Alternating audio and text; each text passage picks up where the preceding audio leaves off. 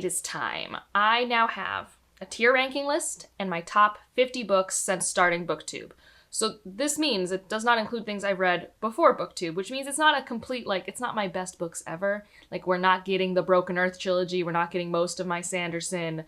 But that said, these are iconic for me. These are classics. I recommend them wholeheartedly to the right reader.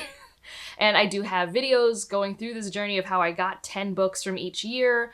And 2024, I kind of just took the top 10 with some slight changes with the surprises list, but I will have those videos down below if you want to hear a lot of extra. But what I decided to do, because I do everything for my own entertainment and invite you guys to join me in the process, is I didn't want to do a number 1 to number 50. That wasn't as interesting to me. What I chose to do is instead make 6 tiers. So let me show you what I have set up. All right, so here we are. And so at the top you can see I have goats. I think we're going to fill this in last. That's what I'm envisioning here. So first I want to fill out the 5 tiers below that, where we have fantasy, science fiction, short stories, horror, and non-SFF, okay? And then from there, I'm hoping it'll be clear to me who are the greatest of all time. It doesn't matter kind of the category it's in. It's just truly I want to reread this all the time. I would buy special editions of this, etc., etc. I don't know if that's how this is going to turn out, but that's what I envisioned when I set this up. So let's start going through this. We have a civil campaign. This is a stand-in for the entire Verkosigan saga. I just picked my favorite book. I was between this and Cordelia's Honor. It was tough to say. I almost put both on the list, which felt excessive. I tried to keep it to 1 book per series. I did not keep it to 1 book per author, though. That did not happen. So it gets to start off strong as the only science fiction book thus far, so I don't have to think yet. Then A Long Petal of the Sea, my first non-SFF. That's my first and only Allende so far. I have more that I need to read. This one was not initially in my top 10. I had to move some stuff around for my only do 1 book in 1 series thing. And this one I am so nostalgic about because I just had a lovely winter time reading this. I just really wanted to consume it. I wasn't stressed. I wasn't anxious. I simply had a good time and I loved what I learned. I loved its ties to music. It just really hit me right. We got A Memory Called Empire, also science fiction. Now, this is where it gets tricky. I do think I like Verkosigan more than the Texkalon duology, but I've read A Memory Called Empire twice and I wholeheartedly love that book. I have a standalone review for it that is spoiler-free and somehow 24 minutes. I really do love A Memory Called Empire. So these guys are pretty neck and neck. But Verkosigan is 17 works that I consumed in 2 years, right? And I have not loved everything else by Katie Martin, and I'd like to say that doesn't affect my experience of A Memory Called Empire, but it does a little. Build Your House Around My Body, horror. Oh, such a good one. This one I could maybe put in non-SFF, except it is directly horror. It's generally sold to a general fiction audience, but it's a horror book. Next up is Arbor Reality. I am going to put that in science fiction. Ooh, it's tough. Actually, you know what? I'm going to be bold. I'm going to put it in short stories, even though it is 1 complete book, but it's vignette-y.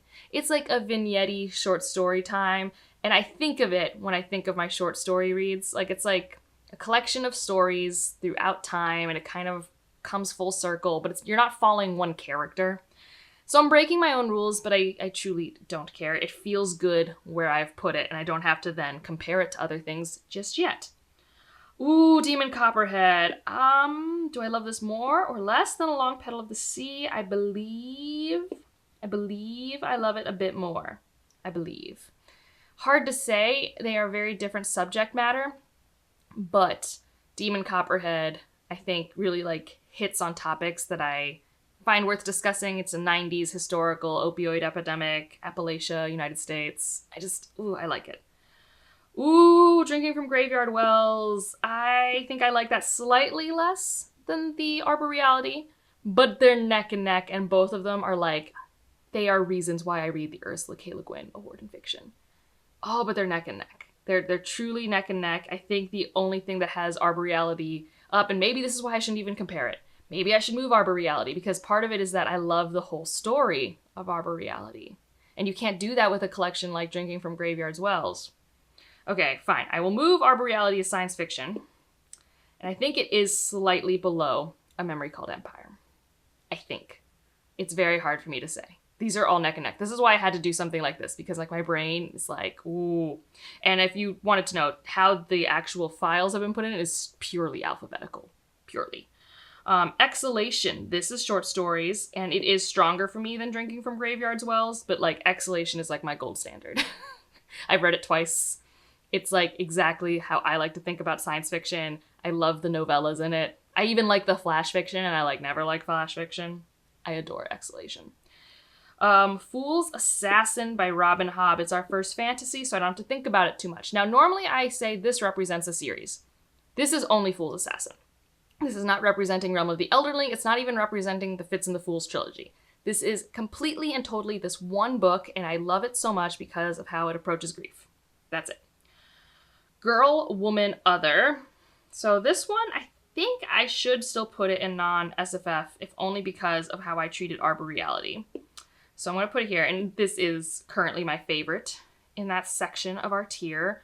Yeah, I love how this author writes. That's really all I can say. She's like, I just enjoyed having this person tell me a story.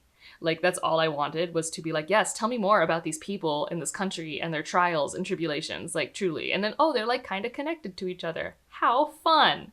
I loved it. Goliath is science fiction. That's going to probably be near the end, if only because it's so difficult. It's so good. I respect it so much. It's such a difficult read. Like, I do not judge people who bounce off of it. I truly don't. But it's really worth it if you want a challenge. Like, if you want to challenge yourself, it's 100% worth it. Her Body and Other Parties. Ooh, do I like that more or less than Drinking from Graveyard's Wells? Ooh, I think slightly more. Not by a lot. It's also, I've read it twice. Like both Exhalation and Her Body and Other Parties, I've read twice since being on BookTube. These are just things I've done because of my love for them. If I'm rereading them, that's obviously my opinion.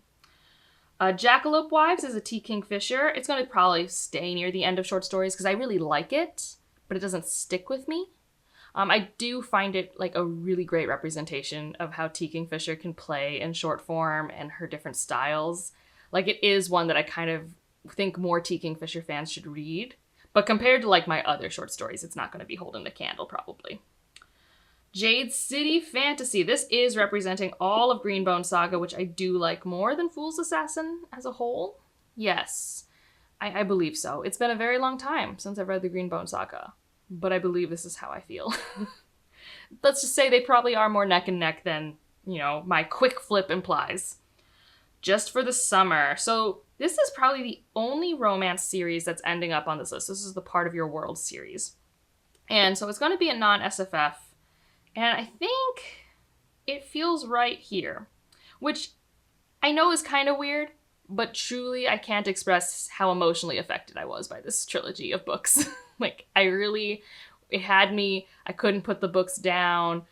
And they aren't, like, sometimes I read romance books for, like, the weird, spicy scenes. I know everyone's hit or miss on those types of things in books, but I just think they're entertaining. And this doesn't really have that. She's a little more, like, half-closed-door romance author. I actually don't even know for sure if you do get, like, sex scenes in those books. You do get a lot of, like, the tension scenes. Like, you do have physical contact. But it might not be actually sex scenes. But the emotional stuff the characters go through, I just really love them. So I think it kind of is also a placeholder for just representing romance for me over the past 5 years and how it's really grown in its impact. Light from Uncommon Stars. Now this is a fun one where I'd like never know where to put it. It's probably more of a science fiction. I don't know. So the thing with Light from Uncommon Stars, this is not where it's staying, I'm just putting it up here for a picture, is it has aliens and it has deals with the devil and it has music. And like, I adore it so much. And I don't know where to put it. Like, I just don't know what genre it's in. This is why genres are dumb. So I think for me, the thing I love about it is how it explores music and the love of music and the formation of communities and how we're using the aliens as allegory to immigrant experiences. So I think for that reason, I'm going to put it in science fiction. It's definitely going to be up here, probably above A Memory Called Empire. Yeah, if that's just like, I talk about it all the time. The climax of that book is a song. Amazing, stunning. I'm a musician. I play clarinet, piano, saxophone. I sing, I dance. Like, connecting music so successfully for me in a book form, rarely done. When it's done, so good. Mask of Mirrors. Like, you guys know where this is going. This is the top of fantasy for right now. Oh yeah. I literally weekly think of rereading this. Weekly. Like, I'm probably gonna read it this winter. I probably am. I'm getting my, like, there's these, they're not tarot cards, but in World, there are these, the pattern deck, and I kickstarted it, and it's coming soon. Like, I don't know what I'm gonna do with them. I'm just simply excited. Middle game, this is also hard. So Middle Game and Mask of Mirrors are like, they're like neck and neck. But I reread both of them a lot. I've read Middle Game twice, and I've read Mask of Mirrors 3 times. I think Middle Game edges it out slightly with Roger and Dodger, although Mask of Mirrors has the ballroom scenes. It's very difficult for me.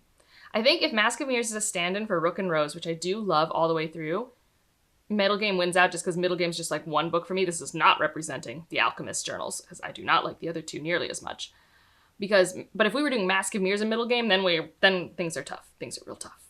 They're neck and neck. Just, we're allowing them to stay where they are at the moment, because this is why we weren't going to do a head-to-head for everything. That would break my brain.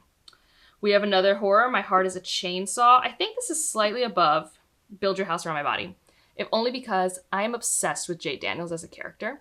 I do not remember characters in Build Your House Around My Body. I remember how weird it is. I remember the historical nature. I remember its fragmented, like, nonlinear storytelling. I remember the ending really reframing things. I don't remember characters. Jade Daniels is a hyper-fixated queen. And I adore how she uses her fixations to escape.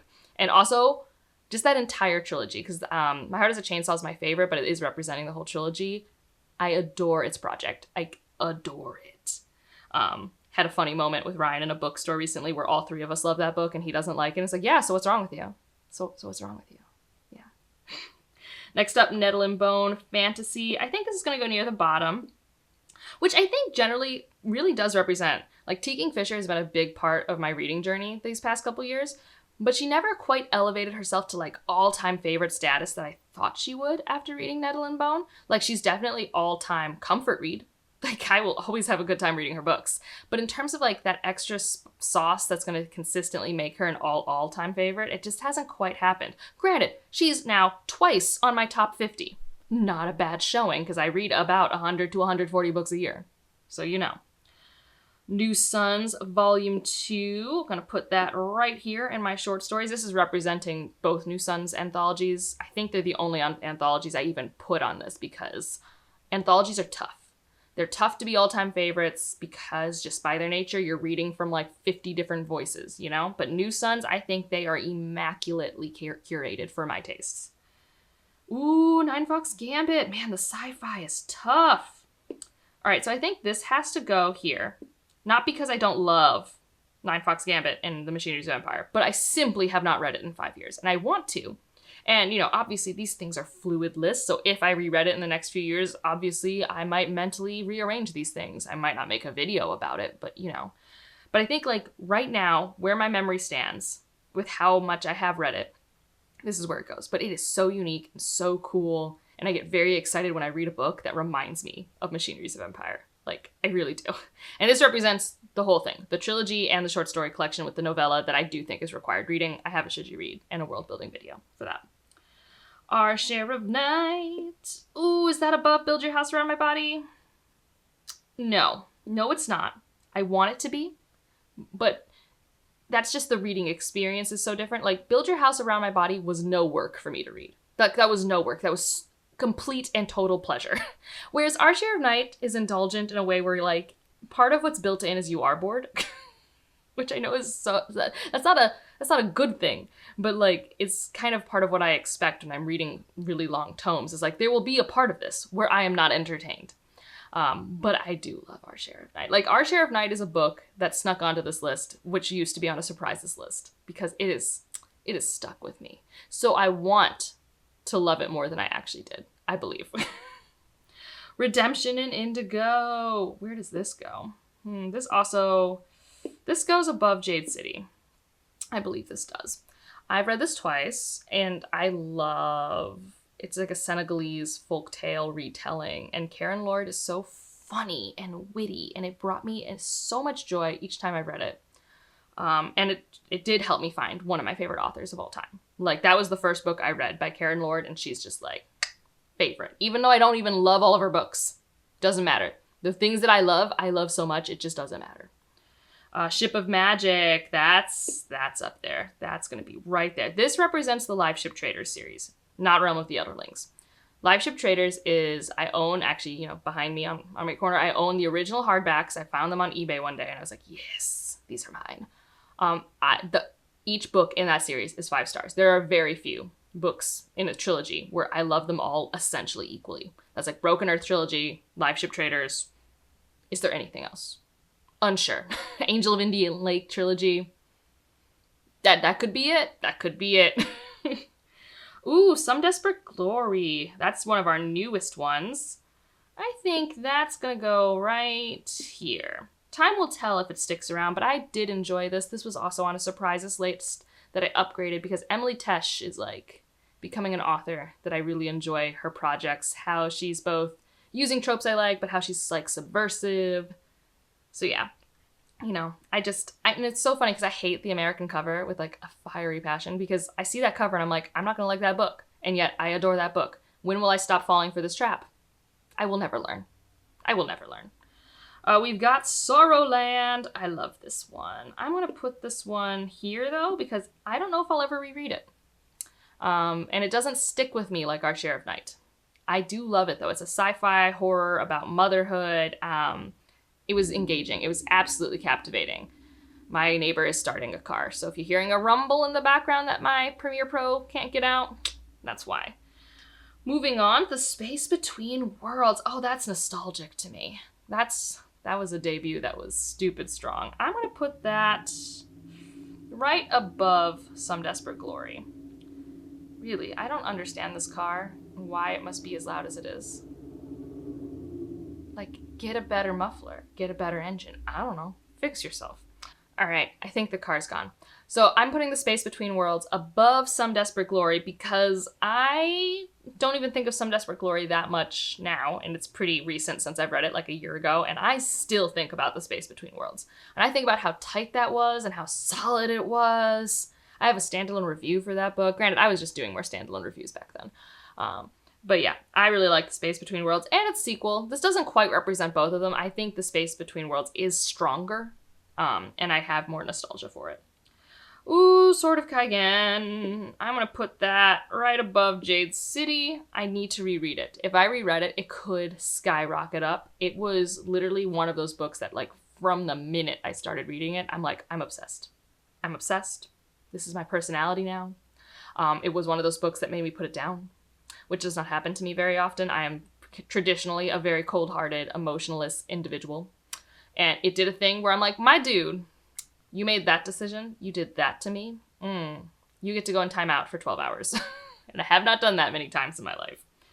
The Best of All Possible Worlds. This is obviously no question, probably one of the top books on my science fiction list. I have read it twice. It's so uniquely everything I love about storytelling. And it's honestly not even a book I can really widely recommend to everyone. But it's episodic chapters. We're following Grace and how she's traveling with this group of individuals who are, they're basically in asylum refugees from another planet, and you get to see different cultures, and there's this like blossoming relationship, and I just adore it. I'm obsessed with it. And again, Grace is hysterical. I think Karen Lord is a really funny writer. Like, she really works for me. So yeah, The Best of All Possible Worlds, man. I just love that book. Ooh, The Devil in Silver. I'm going to put that above. Man, I really like The Devil in Silver. I don't think it's above your Build Your House Around My Body. I don't think so. But it's neck and neck. It's neck and neck. This is my favorite Victor LaValle, and I think people are sleeping on it. But also, I do think I like slow-paced horror. So if you don't like slow-paced horror, maybe don't. It's meandering. It's not incredibly supernatural. It's in a ward with people who... What's it called? A psychiatric ward? I think it's in one of those. It's in conversation with Clockwork Orange. I've never read Clockwork Orange, but I know it's in conversation with that based off the in-textual conversation. I love the people.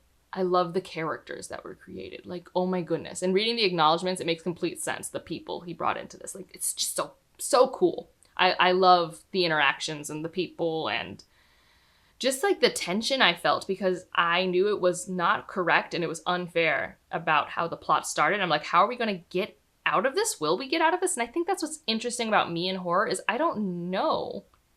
I can't predict what's going to happen. I don't know the tropes. I don't know the cadences. And it's kind of interesting and freeing. Echo Wife. Oh, I accidentally moved the thing out. There we go. Echo Wife. Let's see. This one's going to go to the low end of science fiction. I really loved reading it. I truly did. I don't know if I'll ever reread it. I loved the ending. I really loved the ending. So, but I don't have like that many things to say about it. I think it's a thriller that's awesome for me because it doesn't rely on a twist because I don't know if I really like twists. I say that I don't read a lot of thrillers, so I don't know. Ooh, The Good House. That was a fun horror. I'm going to put that one right here. That one was a fantastic time. Main character's name's Angela, you know. No, it was just a blast. That was just purely just fun. Had such a good time. I don't know if it'll stick with me. Like, I do feel like books I've read more recently should stick with me more than the ones I've read like forever ago, but I do think that's just how my reading's kind of been going. I don't know why. Life has been kind of chaotic, so, you know. We got The Inheritance Kingdom by N.K. Jemisin, so this is representing the whole series. And I think I put that, yeah, right here? I believe so. That feels right to me. I really like it. I love its project. I've read it twice since being on BookTube. I think some things I liked way more the second time, and some things hit me better the first time. It's Jemisin, though. I will read her grocery list. This is not new. We've got The Jasmine Throne. Ooh, that's a good one. That's a good one. I'm going to put that one right here.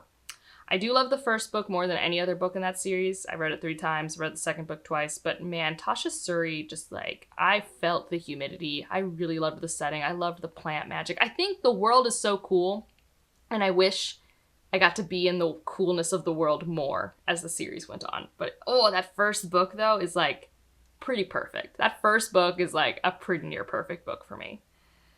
Ooh, The Lost Metal. So, let's see. I don't know where to put this. Probably here. I think that makes sense. I really like how cinematic it is. I thought it was really a fun cinematic time. I was stressed. I didn't know what would happen. But I don't remember anything from it. It was simply entertainment, which I think is reasonable. I think my top 50 should have entertaining books, but they don't always stick with me. Like, the perfect book is entertainment, and it has, like, some quality, a character, a theme that, like, really sticks in my head. Ooh, The Memory Police. Now, I'm not going to put this in science fiction because I think just because you're a dystopian, I don't think that counts. I do think it's more literary fiction or magical realism fiction, just general fiction. I just don't think it's science fiction. No matter how many times the bookstore wants me to think it's 1984, it ain't 1984. But I do really like this book. I'm going to put it right here. Ryan and I read it. I read it with my book club. I read it with another book club. I discussed this book like 5 times within 2 years, and I adored every conversation. That's why it kind of sticks with me, because it's so interesting to talk about. There are things I don't like about it, but I think it's really timeless. It's a 1990s book that is so timeless, and it is about like the persistence of people with change. And I think that is a message I will always resonate with. All right. Only Good Indians. Was that my favorite horror? When did that happen? Stephen Graham Jones, obviously a new favorite author that I just am in denial about for some reason. I just need to buy everything. I've bought many, but not everything. Do I like this one more or less? It's really hard to say. I think right now, gun to my head, it's more, but I'm unsure. So we're just gonna leave it like that for now. Ooh, The Paper Menagerie. Ooh, The Paper Menagerie. Is this a hot take? Is this a hot order? I need you guys to understand how absolutely goated these top 4 short story collections are. Like, these are short story collections where I'm like, the lowest rated story is 4.5 stars. Like, it's tough. It's tough for me. That's currently how I'm going to rate them. You guys don't need me to tell you that Ken Liu's amazing. Ken Liu's amazing. Like, come on. All right, next up, The Past is Red. Oh, Tetley. I love Tetley. This one, actually, I think I'm going to be surprising people that it's, like, going right here. I do think resilient climate sci-fi is interesting to me. I like it. I don't get to read a lot of it. I know there's plenty out there. I just haven't read a lot of it. But Tetley's resilience and her love of her now is something I want to emulate pretty consistently, and she sticks with me. She really does. And I still need to read more Catherine M. Valente. I'm, like, very curious how I will bounce on or off of her other works, and I have a few in my TBR card. So maybe next year when I make a priorities TBR, I need to put one on there. All right, Nikki Drayden. Okay, so The Prey of Gods is I just picked my favorite Nikki Drayden. It was tough because I love all of them. And also it's tough because what are genres? But I do believe she's going right here. Read Nikki Drayden. Come on, guys. Read Nikki Drayden. Just do me a solid. Have a wacky time. It'll be memorable. It'll be weird. You might even enjoy it. Come on, join me. Join me. Chorus of Dragons. That's going up here. Oh, where does it go? Does it go there? Does it go there? That's tricky. I think that's where it's going. It's the whole, all 5 books. I say this often. I named my cat Kieran. What do you guys want? All right, so we're going to temporarily be scrolling down here, a little out of frame, so I can get to this next book. All right, the sentence is going to go, I think, with A Long Petal of the Sea, slightly behind it. That feels right to me. I love Louise Erdrich. This is just the one that happened to get on the list, but I've loved everything I've read from her since being on BookTube, and I read her before BookTube. So, yeah. Oh, Skinhead's Girl. I'm also going to put this down here. It was another one I read from Ursula K. Le Guin Award in Fiction. Where do I want it? I think it's also down here. I think that's right. It sticks with me. I bought a copy for my book trophy. Most of these I have book trophies of, you know. Ooh, Spear Cuts Through Water. I need to reread this to really, like, settle my opinion on it. But I think it's currently here? Yeah, I think it's currently here. It suffers slightly from me having read it in maybe one of my worst months since being on BookTube. There's a chance. But I do really love it. It's in my top 50. So, like, you know, any of these books that are near the end of the list, just know, like, I read a lot. I've probably read, like, 500 books. This is the top 10% of what I've read in the past 5 years. Similarly, The Unbroken. Where am I going to put you? I think you are also here. Yes? I'm about to reread it, so it might go up. But I think it's around here.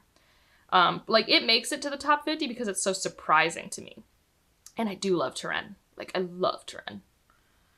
Oh, The Vanished Birds. Oh, beautiful. I love you. You're going right here. Yeah. See? When I know. It takes no questions. Like, yes, Simon Jimenez's sci-fi right there. I love it. If you like Simon Jimenez, highly recommend Evie's interview with him. So good. All right, Wall of Storms. Here. I think it goes there. That's what I think. Yeah, and that's representing all of Dandelion Dynasty. And I think even if I think of Wall of Storms individually, that's where it goes. But that was difficult. That was tough. I hope you guys all know how vibey this is. I truly hope you know. All right, Warm Hands of Ghosts. What genre am I putting that in? I'm putting that in fantasy, and I'm putting it right over here. That feels right. And Too Like the Lightning, that whole series, I think it makes sense over here. Okay, so now having done that, let's put some goats together. All right. I'm losing feeling in my foot, so excuse me as I wobble a little bit. All right, so let's try and pick a top 10, shall we? I don't think any of my non-SFF feel like top 10 for me. This is so hard. Oh my god. All right, so I think I'm just gonna throw some stuff up here real quick, until it feels wrong. All right, that feels okay so far. This needs to go there. I don't know what I'm doing, guys. I'm not ordering them yet. I'm just trying to see if this feels right. Isn't this hard?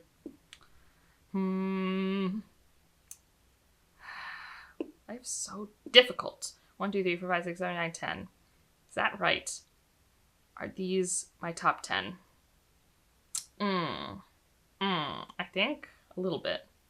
Because from the short stories, I do think Exhalation is like a tier above the other ones for me. Like, I had such an issue buddy reading this book with someone who didn't like it. Normally, I can just brush it off. Normally, if someone doesn't like art that I like, I'm just like, whatever, it's art. I was actively upset. Because that's how much I'm like, no, my personality, stop attacking it, which is not how art works. So I think that's good there. Horror, I feel like The Only Good Indians, yes, is representing a lot of what I'm liking in horror too. Like, it's just like, it's a good representative. Light from Uncommon Stars is definitely goated for me. Vanished Birds. All right. I'm not ranking these 10. You cannot make me. Okay, I'll try. Okay. Ooh. And watch it not even make sense in terms of the rankings that I did for the thing. Okay, middle game. I mean, Roger and Dodger's relationship, it's my Pacific Rim. Flaws and all. Man, that book. I do think Best of All Possible Worlds is also up there for me in terms of my personality. These series are kind of iconic. I don't know. Just putting these in any order is just dumb. So I'm just going to keep it in their genre orders. And, like, I can't compare them. I'm sorry. This video is already so long. I apologize. There it is. These are the top 10 books that I have read in my 5 years of booktube. And how I have ranked the other 40 based off genre, because comparing a fantasy to a science fiction to a short story, like, it doesn't work. My brain turns on different things. So yeah, hopefully this was entertaining. Yeah. Okay, that project is behind me. I hope you had fun. All you guys who did watch all my stupid long conversational videos, I love you all. It's been a journey. I'm glad we did this together. I will see you in the future. If you want to leave an emoji to let me know you're here. I don't know. Pick the one of my emoji that associates with one of my top 10 that you read because of me. Or actually, no. If you want to leave a comment, honestly, please tell me which of these books you've read because of my recommendation. I would love to read that. You can always, of course, leave an emoji if that's just like less brain cells and you just want me to know you're here. Like, that's always allowed. But I would adore wanting to know. And maybe if I get enough participation, I could make a video on like my most recommended books or something. Like, that could be fun. I don't know. I would need participation. Don't know if that'll happen. But regardless, I would still love to know. That would be very cool to me. And yeah, otherwise, like if you liked it, subscribe if you want to, and I'll see you in the next one. Bye.